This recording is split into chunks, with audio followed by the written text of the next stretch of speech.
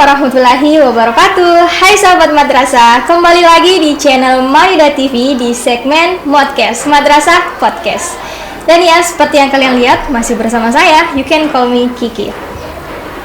Tapi di sini Kiki tentunya nggak bakal sendirian dong podcastnya. Nah, jadi kali ini Kiki kedatangan narasumber yang super duper cantik. Nah, pasti kalian pada penasaran kan?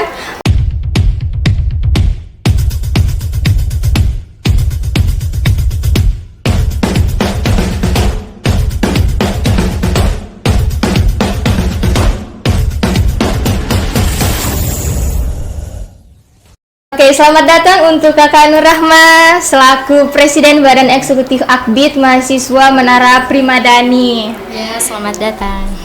Oke, nah jadi di sini kita akan membahas tentang stunting ya Kak ya. Nah, tapi sebelum kita membahas stuntingnya guys, Kiki mau tahu dulu nih, kan ada program ini ya Kak ya? Iya. Program Mahasiswa Peduli Stunting Akbid MPS.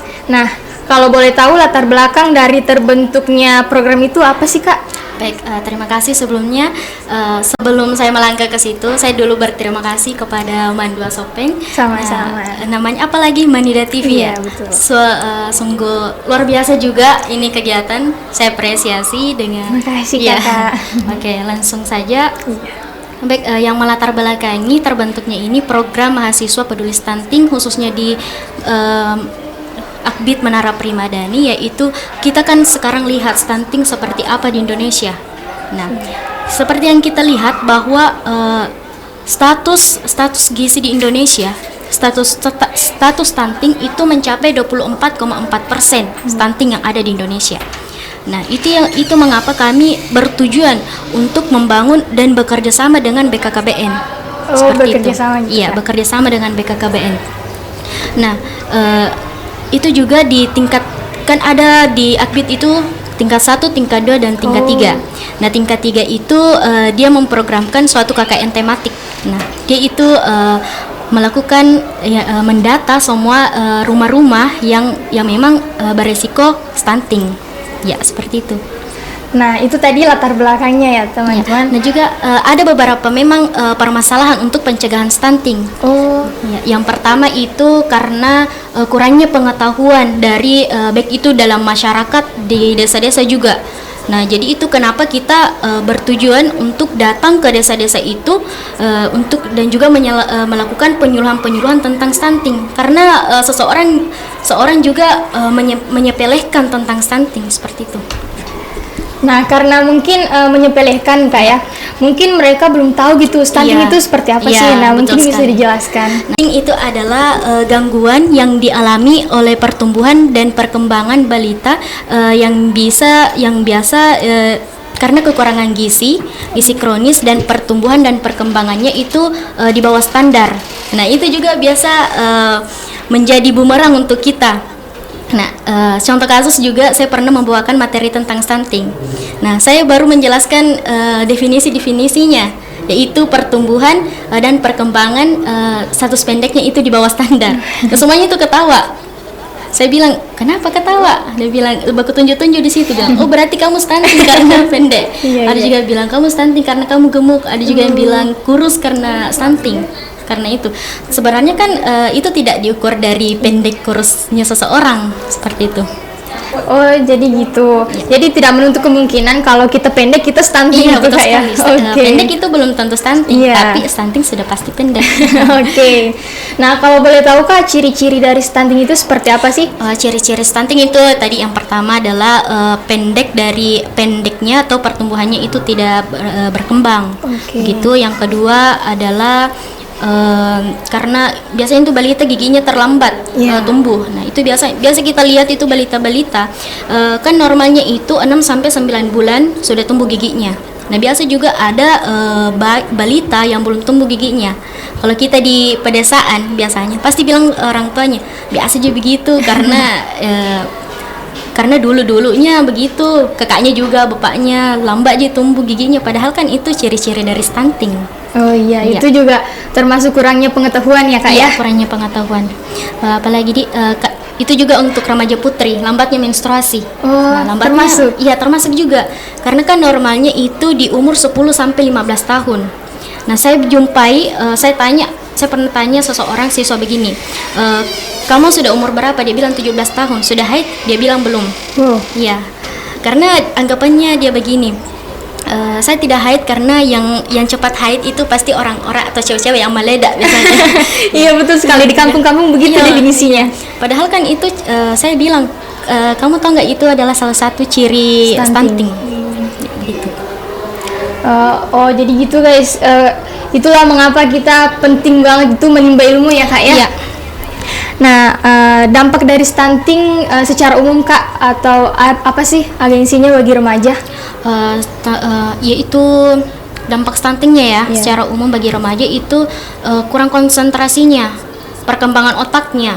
Nah jadi tuh biasa remaja ketika di sekolah tuh, perbedaan kita dengan negara lain, kalau negara lain seperti Korea, Jepang, dia belajar 8 jam itu tidak mengantuk. Tapi kalau kita Indonesia seperti mana? Kita baru belajar 2 jam sudah mengeluh, sudah mengantuk, sudah lapar. Sekali, Kak. Karena kita berada di generasi micin. Jadi ngantuk pas pembelajaran dan konsentrasi yang tidak bisa konsentrasi banget gitu, itu penyebab stunting. Iya, salah satunya itu ciri-ciri dari stunting juga. Jadi gitu. Kalau menurut kakak penyebab stunting yang lebih jauh nih kak, itu gimana kak? Penyebab stunting ya, terbagi 2, ada tidak langsung dan juga ada langsung. Nah, penyebab stunting langsung itu seperti kurangnya asupan gizi pada ibu hamil. Nah, biasanya itu seorang ibu yang hamil itu dia tidak mempedulikan gizinya. Dia hamil tok saja. Dia mau makan bakso, coto ataupun gitu. yang lain itu kan yang instan-instan begitu tidak sehat. Nah, itu tujuan kita untuk melakukan penyuluhan ke ibu hamil juga. Kita tekankan bahwa kalau hamil kayak ini bukan kita saja yang perlu gizi, tapi juga yang di dalam kandungan juga. Nah, jangan sampai ketika bayi itu lahir, janin itu lahir, nah disebabkan oleh stunting, dia terkena juga stunting.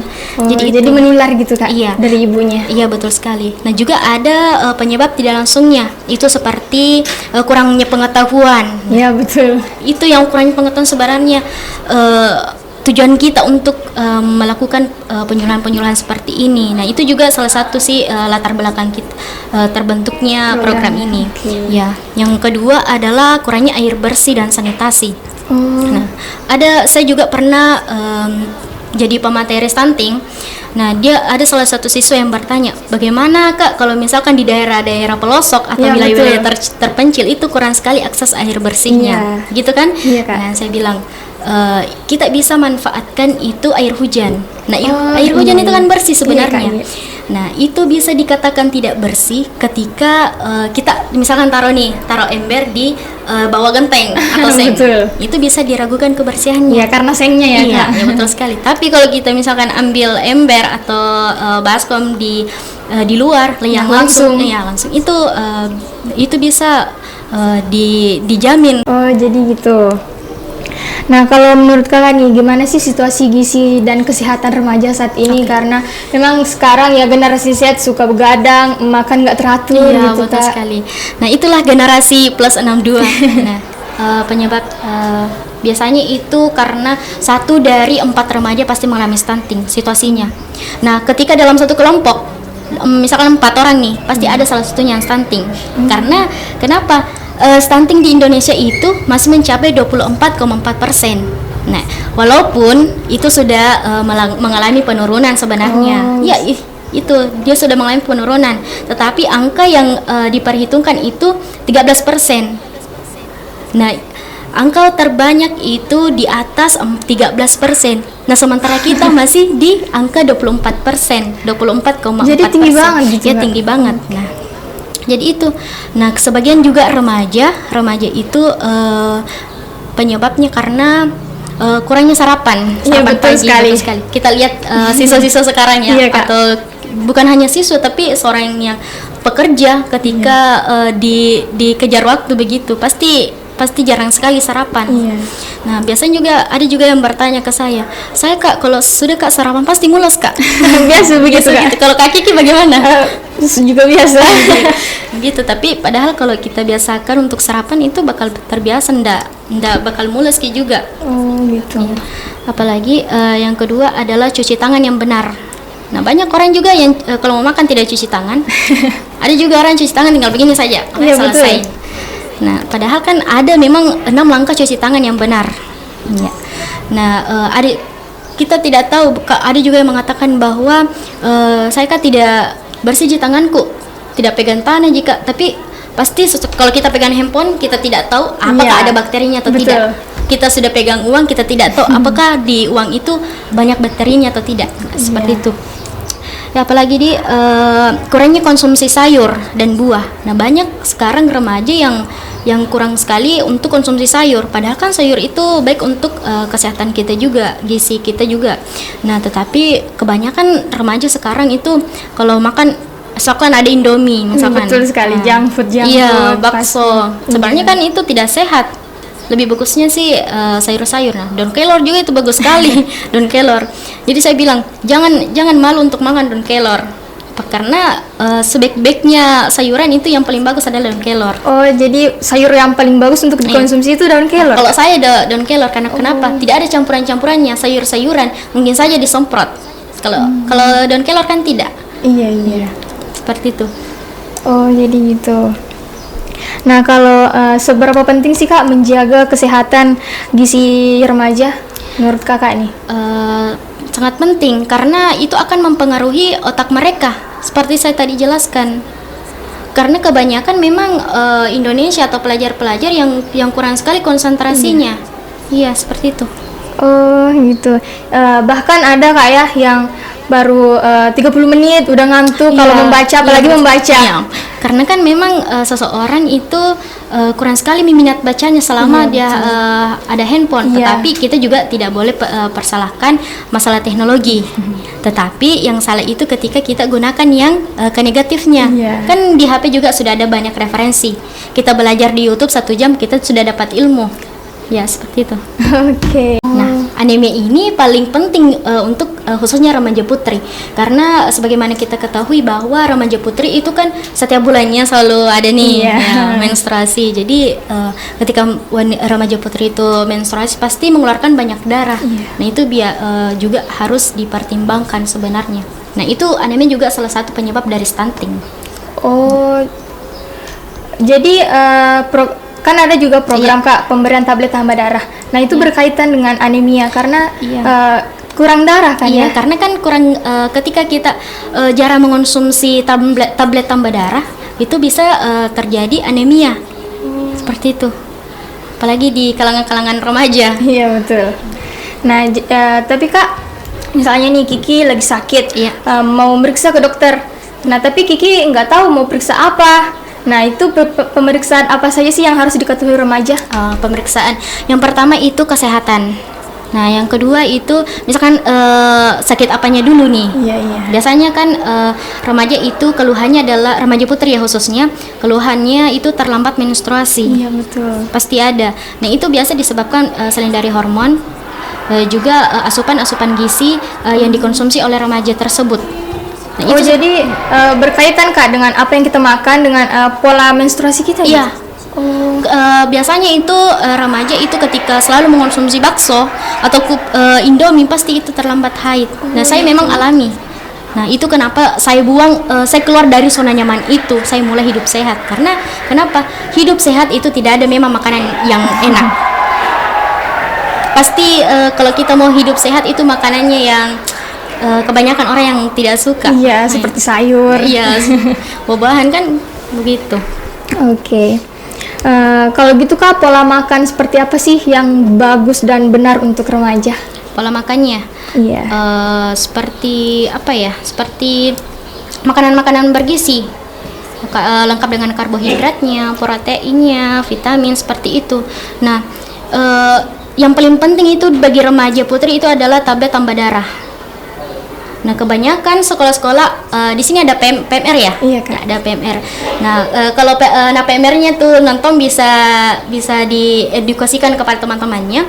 Kalau ingin membagikan ini tablet tambah darah, usahakan mengedukasikan dulu ke teman-temannya. Jangan langsung kasih tablet tambah darah ini dikonsumsi. Kita kan nggak tahu ini fungsinya apa. Ya, seperti itu.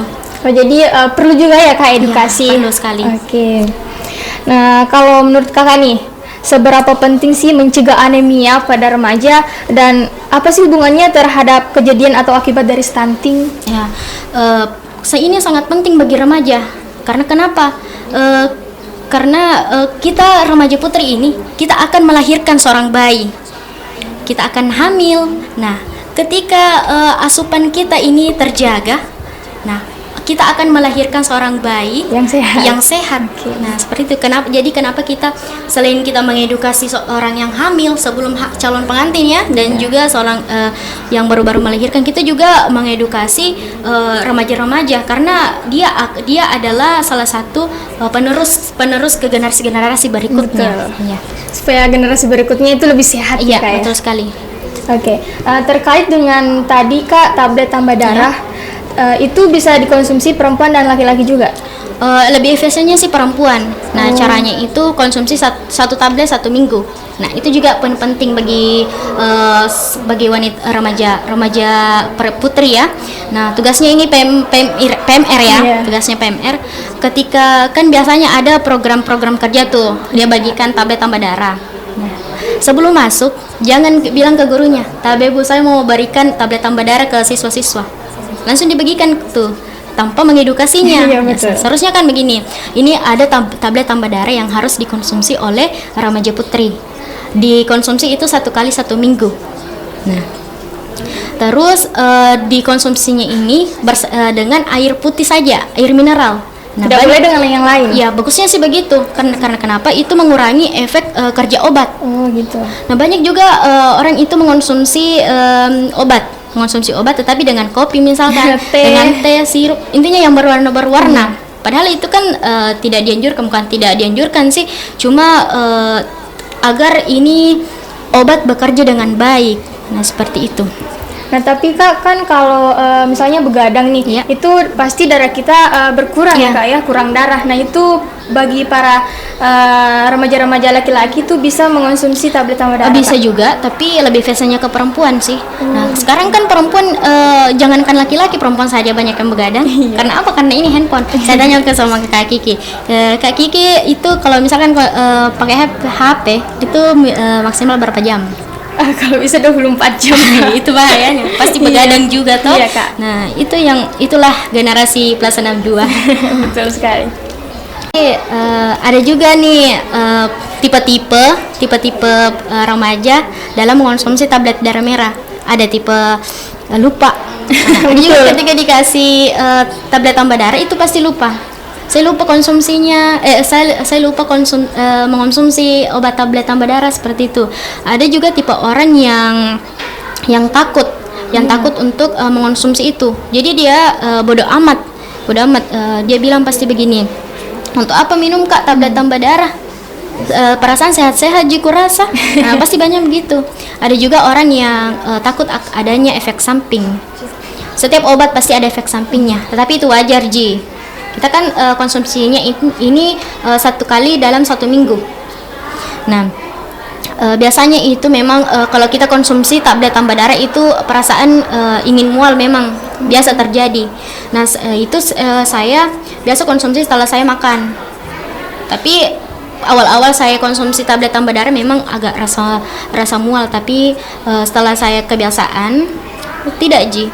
Aman-aman jiku rasa. Nah, biasa juga mohon maaf ya sebelumnya, tinja biasanya kalau kita konsumsi tablet tambah darah itu tinja kita berwarna kehitaman.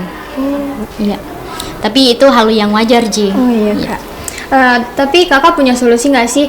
Mungkin karena aku juga punya teman yang nggak bisa minum obat gitu, nggak bisa nelen obat. Itu solusinya gimana kan? Kalau mau minum tablet tambah darah, apakah bisa dicairkan atau digimanain gitu Kak? Begini, kalau mau antisipasi ya jangan biasakan pola hidup yang tidak sehat. Makan makanan yang bergizi, jangan begadang, usahakan sarapan, seperti itu. Nah, kalau misalkan mau konsumsi tablet tambah darah ya kita usahakan ya pasti. Kalau saya sendiri, saya juga tipikal orang yang tidak suka makan obat, minum obat. Saya kalau sakit itu anti sekali yang namanya obat. Biasa saya buang.